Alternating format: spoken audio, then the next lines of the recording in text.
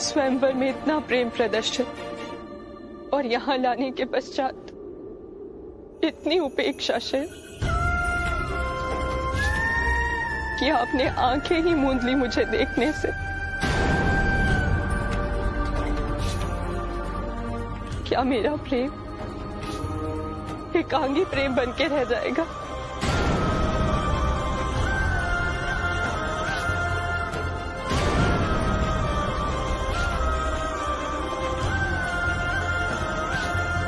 परंतु फिर भी मैं प्रतीक्षा करूंगी, क्योंकि मेरा प्रेम जीतू नहीं है शिव।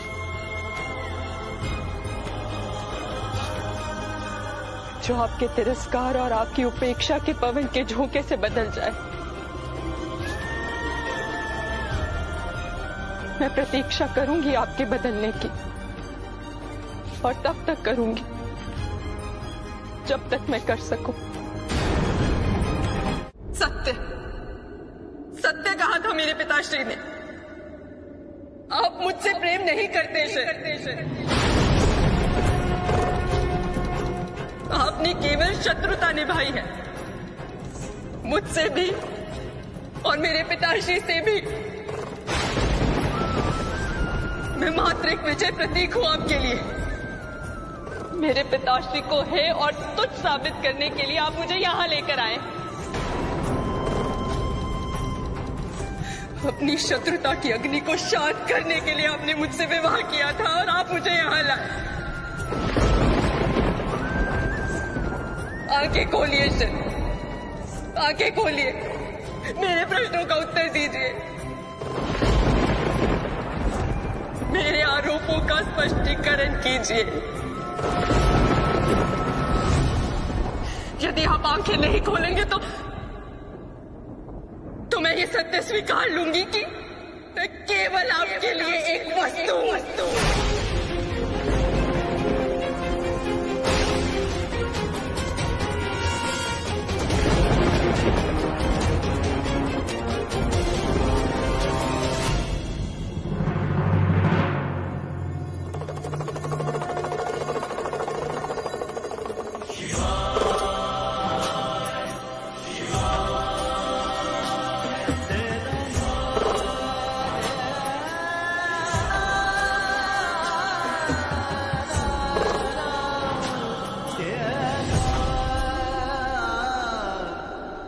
नहीं सती,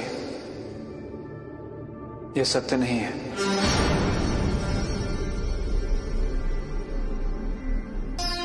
किसी भी निर्णय में वादी और प्रतिवादी दोनों पक्षों को सुनना और समझना महत्वपूर्ण होता है। तो फिर क्या है आपका पक्ष?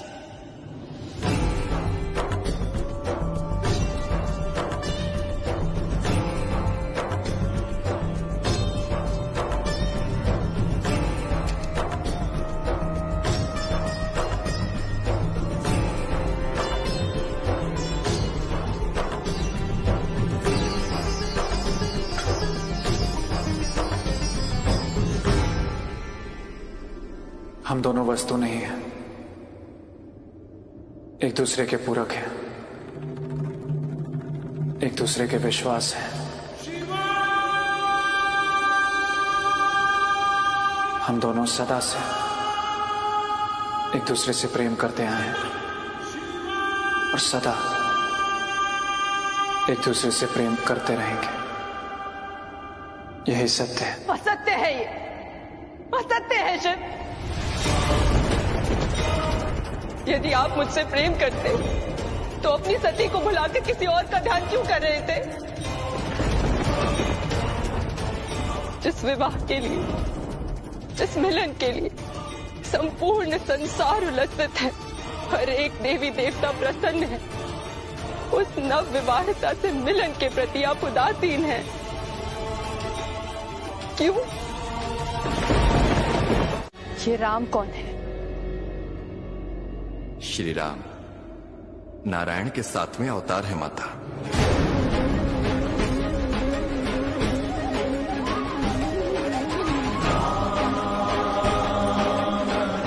ऐसी क्या विशेषता है उनमें जो देवों के देव महादेव उनका ध्यान करते हैं।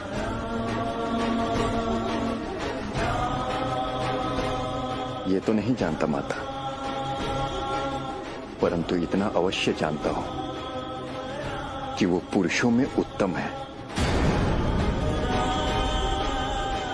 धर्म और मर्यादा की स्थापना हेतु त्रेता युग में राजा दशरथ के पुत्र के रूप में इस धरती पर अवतरित हुए हैं। और माता, जब हमारे प्रभु महादेव उन्हें भजते हैं तब निसंदेह वे पूजनीय है, महान है।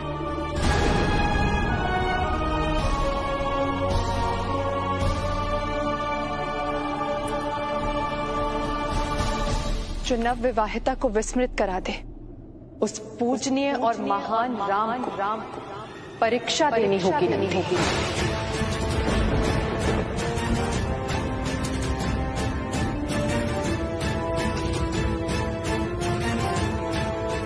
नहीं माता, आप ऐसा कदापि नहीं करिएगा।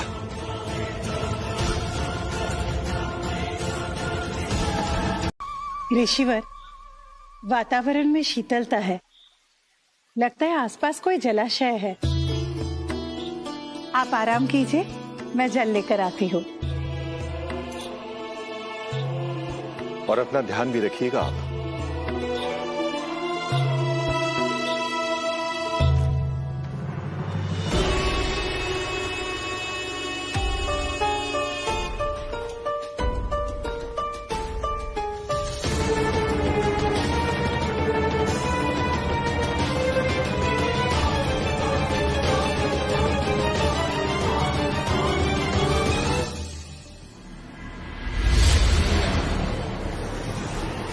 क्या अपने विष दंड से जाकर चीर निद्रा में सुला दे उसको।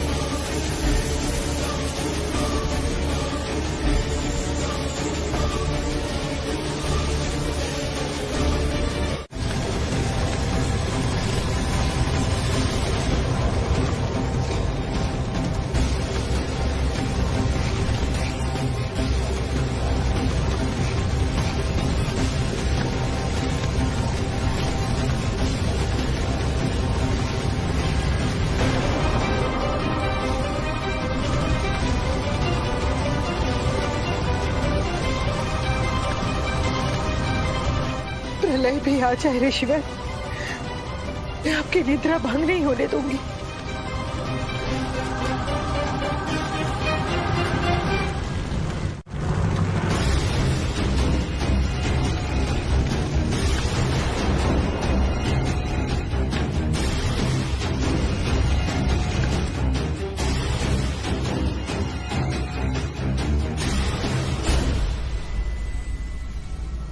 शिव की ये व्याकुलता तो इनके किसी प्रिय भक्त के संकट में होने का संकेत है। इस समय कौन हो सकता है संकट में, जिसकी व्यथा इन्हें व्यथित और व्याकुल बना रही है।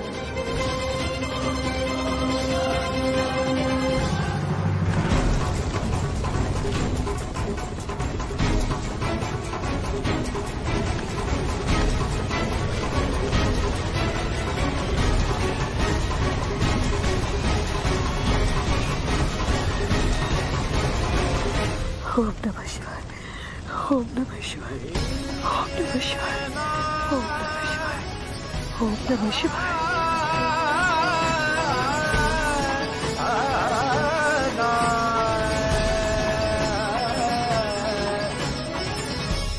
नहीं मित्र,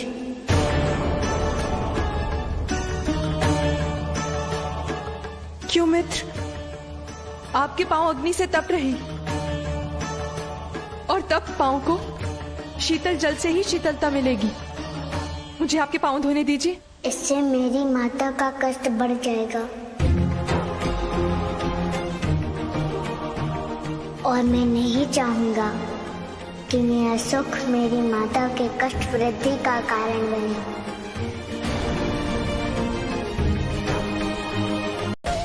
माता सीता,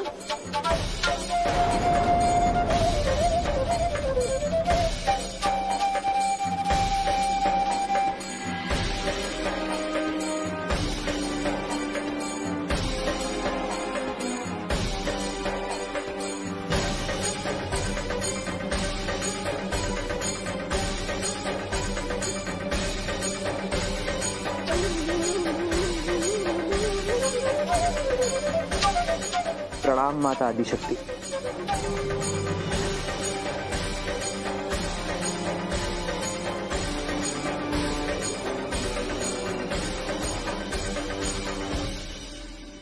आप यहाँ अकेली? प्रभु महादेव कहाँ हैं? कितने सौभाग्य की बात है कि जिस शक्ति के बिना शिव की पूजा नहीं की जाती, उस शिव की पूजा को सफल बनाने में माता आदिशक्ति स्वयं पधारी है।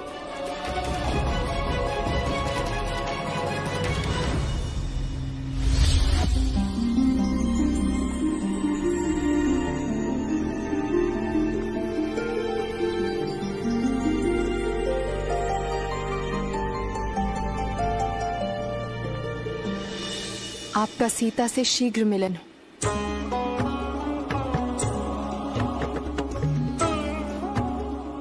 क्षमा प्रार्थी। माता आदिशक्ति को क्षमा मांगने की आवश्यकता नहीं है। क्षमा अपने मन में उपजे उस संदेह के कारण, जिसके कारण मैंने आपकी परीक्षा ली। जो आदिशक्ति की माया को भेद सकता है, वो निश्चय ही परम ब्रह्म ही हो सकता है। शिव के आराध्य श्री राम को मेरा प्रणाम। मंगल भवन मंगल और शिव मेरे आराध्य है माता। मैं सदैव उनका ही नाम जपता हूँ। यही तो हरि और हर का समन्वय है। पालन करता और संहार करता का संतुलन, जिससे संपूर्ण संसार संचालित होता है। आज मैं यहाँ से एक दिव्य ज्ञान लेकर जा रही हूँ। आज्ञा दीजिए। रुक जाओ सते।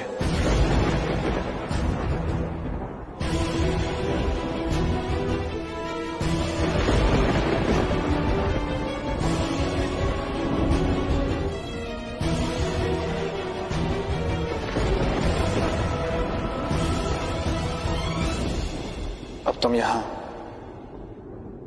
मेरे समीप नहीं बैठ सकते।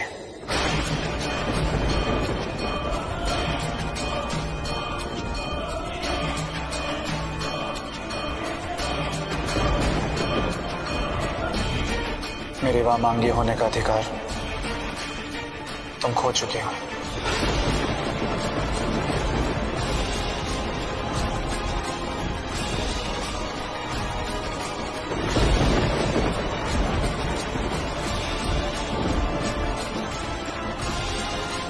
क्या कह रहे हैं आप? मैं आपकी अर्धांगिनी हूँ। आपके वामांग में बैठना मेरा अधिकार है। मुझे पीड़ा हो रही है इस बात को कहते हुए कि तुम अब केवल मेरी अर्धांगिनी हो, वामांगी नहीं। तुमने मेरे आराध्य, मेरे प्रभु श्री राम की परीक्षा लेने का दुस्साहस किया।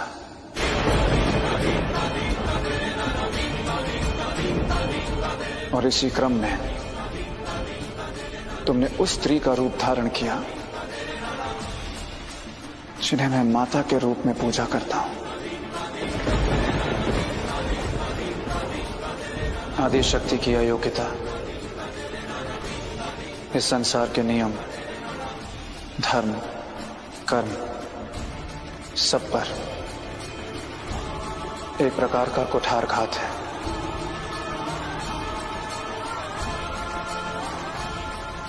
तुम प्रकृति हो सती, जिसे हर रूप में संपूर्ण और आदर्श होना था।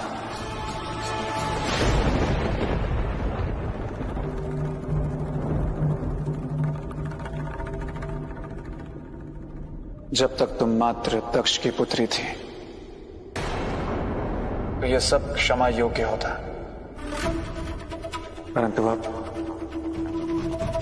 तुम शिव की अर्धांगिनी हो, आदिशक्ति हो। तुम्हें प्रशिक्षित होना था, संपूर्ण होना था।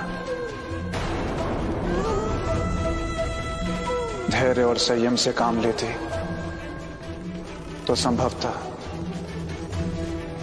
सब कुछ ठीक हो जाता, परंतु अब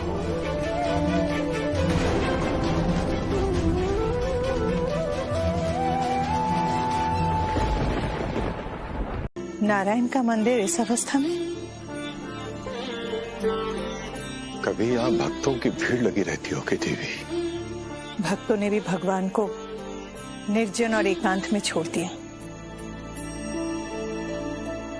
परिस्थितिवश लोग भगवान को छोड़ देते हैं देवी। भगवान तो अपने भक्तों को कभी नहीं छोड़ते। कदाचित जीवोपार्जन के संघर्ष ने भक्तों को अपने भगवान से दूर कर दिया होगा और नारायण इस जीर्ण शीर्ण मंदिर में अकेले रह गए। मंदिर चाहे कैसे भी हो ऋषिवर, हम नारायण को अकेले नहीं छोड़ेंगे। आज रात्रि हम यही विश्राम करेंगे। उत्तम विचार है देवी। आइए।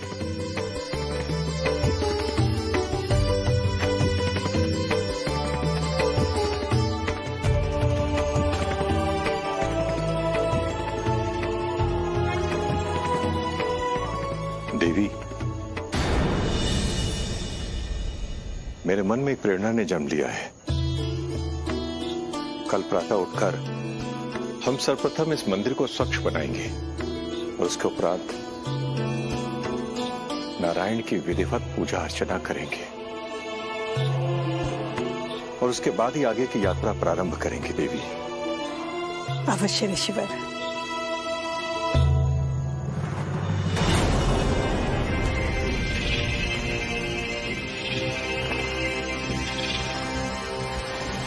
अनुसुया, तेरा सौभाग्य है कि तूने मंदिर में शरण ली।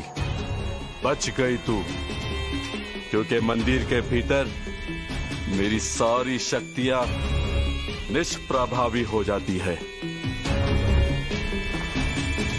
परंतु कल नहीं, कल तेरे बाहर निकलते ही बाल शिव के कष्ट के लिए आरंभ करूंगा तुझ पर कष्टों का अंतहीन क्रम।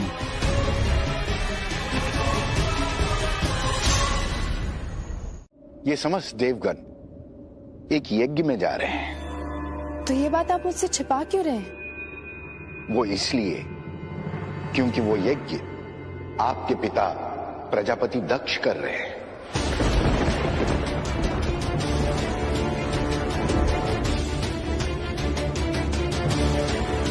पिताश्री यज्ञ कर रहे हैं? हाँ, शतकुंडी यज्ञ, वो भी बिना आपके और महादेव के।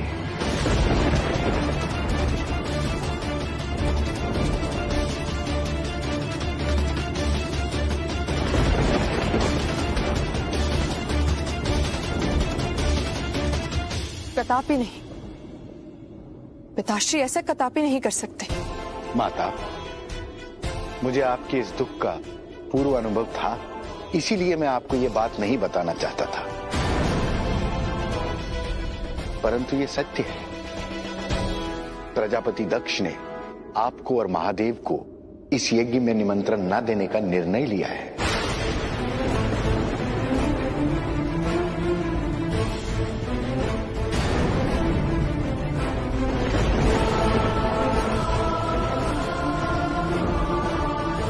उस निर्णय का कारण? वही उनका शिव के प्रति क्रोध, उनकी घृणा, प्रतिशोध की भावना। कदाचित वो आपका और शिव का अपमान करके अपने हृदय को संतुष्ट करना चाहते हैं।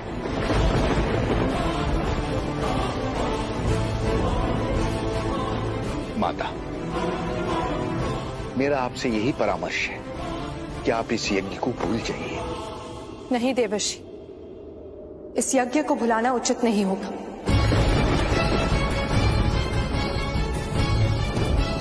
पुत्री का एक धर्म होता है, पिता यदि क्रोधित हो तो पुत्री उनकी उपेक्षा नहीं करती,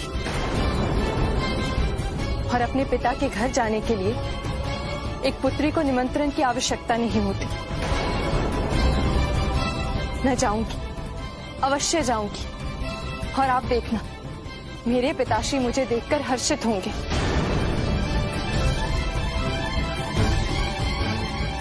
और उनके मन में शिव के लिए मान भी बढ़ेगा। परंतु बिना आमंत्रण कहीं जाना अपमान का कारक होता है माता।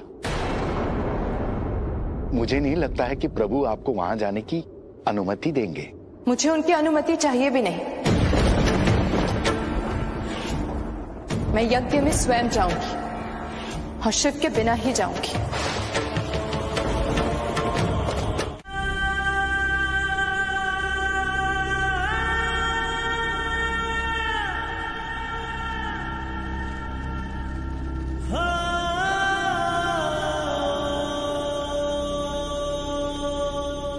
जब आपको संपूर्ण संसार से प्रेम है तो मेरे पिताश्री से भी अवश्य होगा।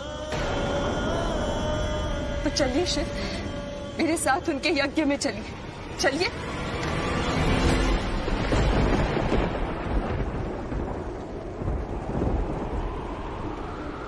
सती, विवाह के पश्चात पुत्री के लिए पिता का घर पराया हो जाता है, और पराये स्थान पर बिना निमंत्रण के जाने से सम्मान नहीं मिलता। और पति होने के नाते मैं तुम्हें उस अपमान की पीड़ा को नहीं सहने दूंगा।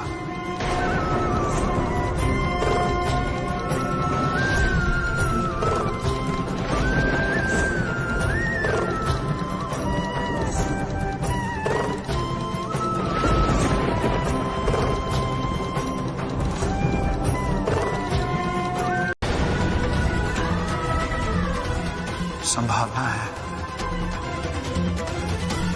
तुम्हारे अहित की, संभावना है तुम्हारे अपमान की,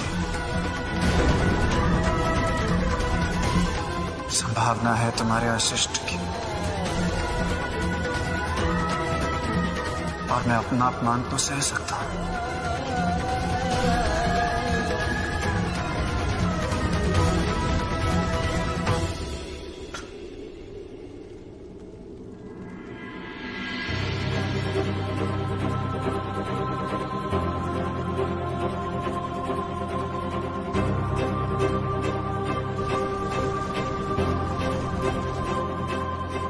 तो तुम्हारा अपमान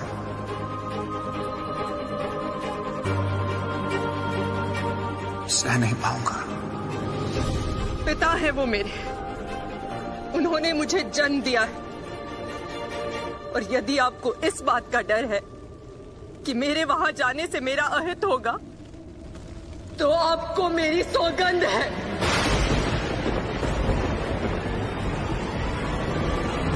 मेरा अनिष्ट होने के पश्चात भी आप वहां नहीं आएंगे।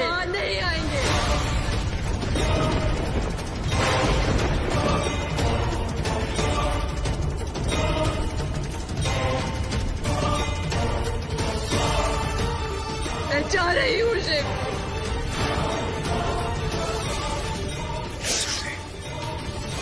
मुझे रोकने की चेष्टा भी मत कीजिएगा।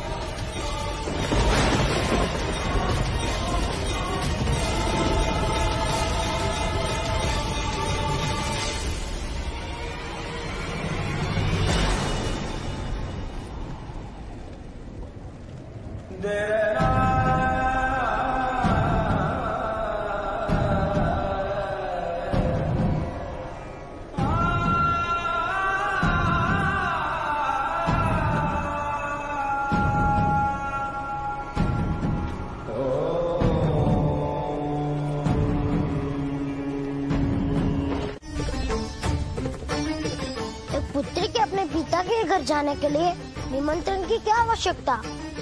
यहाँ आवश्यकता थी क्योंकि सती के पिता प्रजापति दक्ष ये भूल गए थे कि सती उन्हीं की पुत्री है।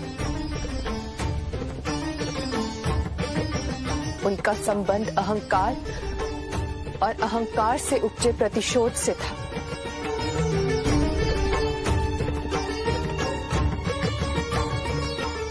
आत्मीय संबंध का कोई भाव ही नहीं था और इसीलिए सती का घर जाना अपमानजनक और संकटपूर्ण।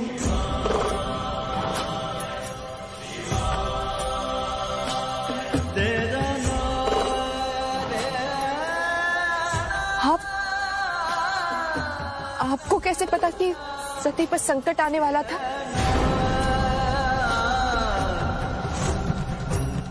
लगता है प्रभु की स्मृति वापस आ रही है। बताइए मित्र, आपको कैसे पता? बोलिए। मैं अपने माता पिता पर आए हुए संकट की बात कर रहा हूँ मित्र। ना जाने क्यों मुझे ऐसा आभास हो रहा है कि जहाँ वो रुके हैं वहाँ उन पर संकट है।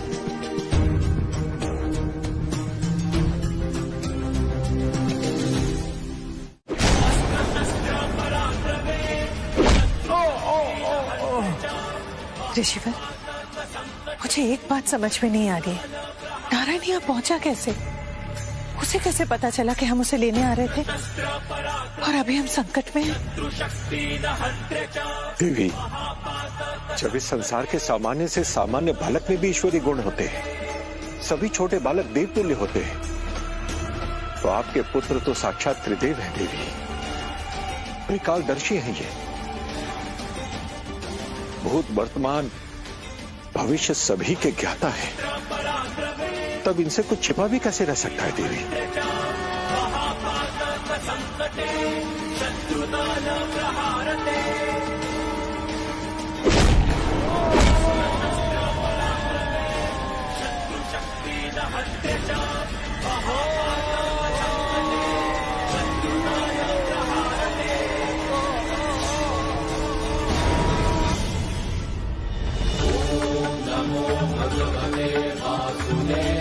देवी, ये कितने गर्व की बात है कि जो नारायण समस्त संसार का संकट हरते हैं, आज स्वयं साक्षात आकर पुत्र धर्म को निभाते हुए इस घोर विपत्ति से उन्होंने हमारी रक्षा की है।